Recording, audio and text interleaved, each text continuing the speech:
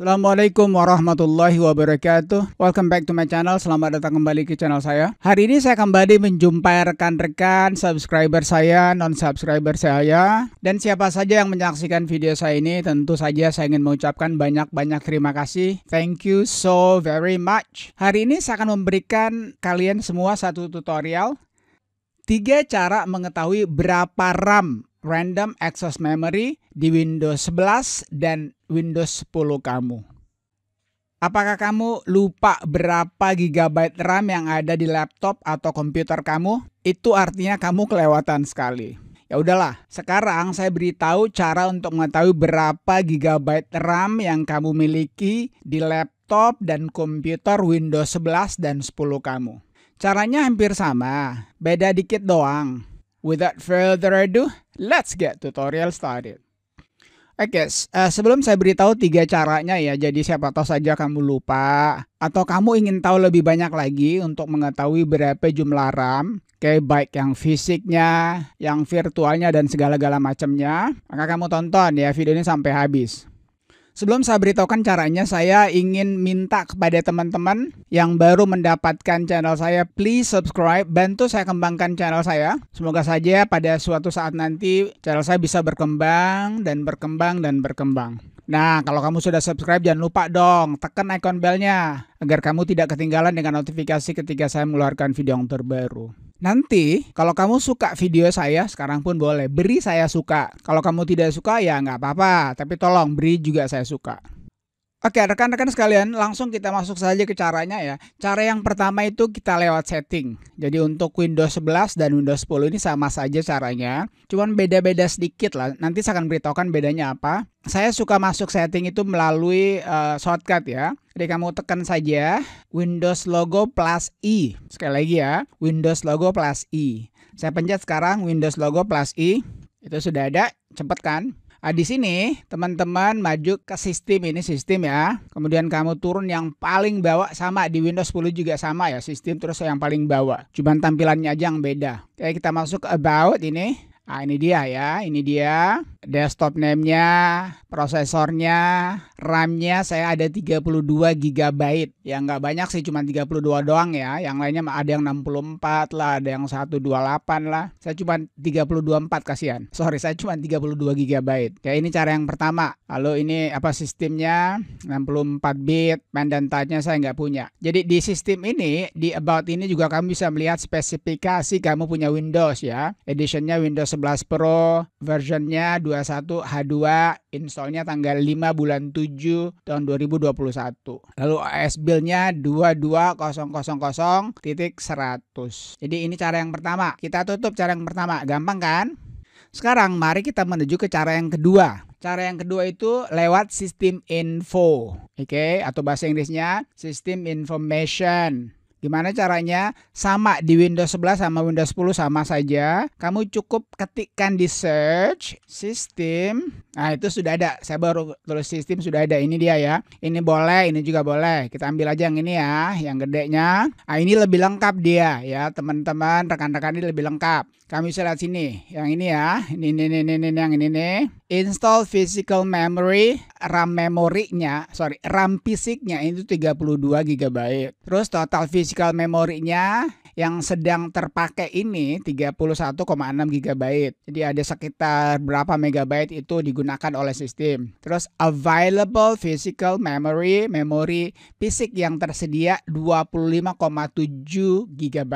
Jadi selebihnya itu sebanyak berapa? 31 kurangi 25. 6 ya, kurang lebih 6 GB itu terpakai. Sekarang lagi terpakai deh. Total virtual memorinya 36,4 GB. Kemudian available virtual memorinya yang tersedia ya sekarang itu 30,5 GB. Lalu page file space-nya 4,7 GB, oke, dan lain sebagainya. Jadi ini lebih yang apa, sistem info ini lebih details ya, lebih dibanding dengan yang melalui setting tadi. Di samping itu juga tentu saja kamu bisa ngelihat ya banyak hal di sini, bisa hardware resource-nya, bisa juga komponennya, bisa juga software environment-nya. Coba sekarang kita masuk sini ya, memori, bagian memori ini. Ini bagian memori ya, ini kalian nggak perlu tahu lah. Ini apa, technical banget. Jadi ini cara yang kedua. Kita tutup cara kedua. Sekarang mari kita menuju kepada cara yang ketiga. Cara ketiga ini, oh by the way tadi mengenai sistem info ya, siapa tahu kalian nggak bisa di sistem info, kalian tuliskan masih di cara yang kedua ya. Kalian run dulu Windows logo plus R. Kemudian kalian di sini tuliskan ya. Siapa tahu tadi di sistem info di search ini kalian nggak bisa, tuliskan di sini.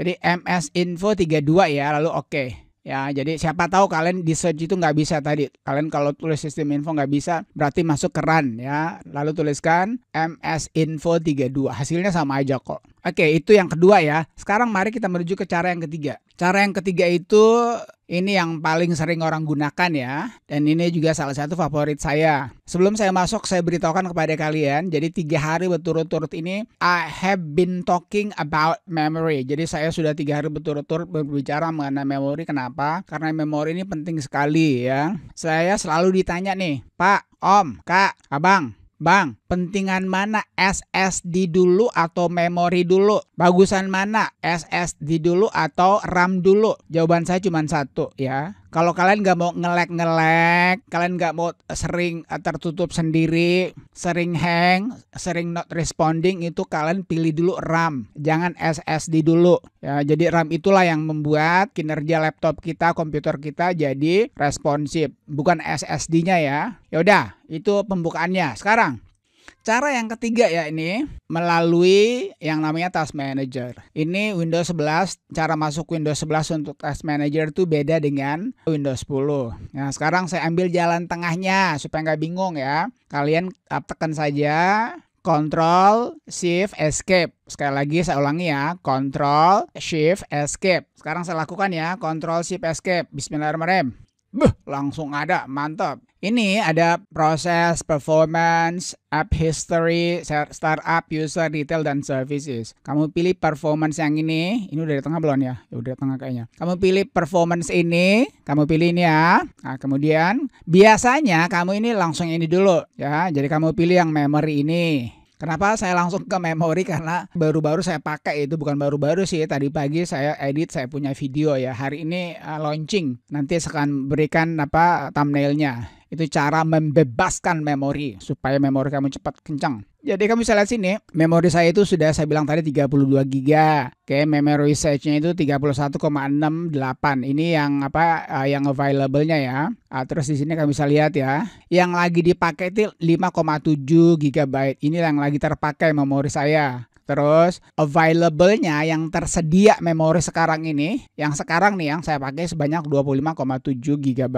Karena saya sudah bilang ya, 31 kurang 27 ya kurang lebih 5 lah, 5 GB yang terpakai sekarang di sistem. Terus cache-nya ini sekali lagi ini bacanya cache, ini cache ya. Saya sudah marah-marah tuh di 2 video terdepan. Ada bilang cache lah, coce lah, ini cache bacanya, yang ini cache. Cache-nya dipakai itu 1,9 GB. Nah sekarang saya ingin menunjukkan kepada kalian cara rilis, cara membebaskan ini memori supaya banyak ya. Jadi kalau mau nonton lebih banyak silahkan tonton yang kemarin ya video saya yang hari ini sebetulnya, atau kalian kalau nonton ini yang kemarin saya kasih lihat ya. Oke, jadi untuk rilis membebaskan atau to free this yang digunakan ya. Ini cache-nya bertambah sekarang 2 GB, ini ke 5,8. Kamu download lah RAM map ya. Kalau mau tahu banyak silakan kamu tonton video saya yang kemarin. Kita ambil yang ini ya, tolong lihat bapak ini ya, ini tambahan ini 5,8, ini kok 2 ya. Sekarang saya pencet RAM map ini, belum saya pencet ya.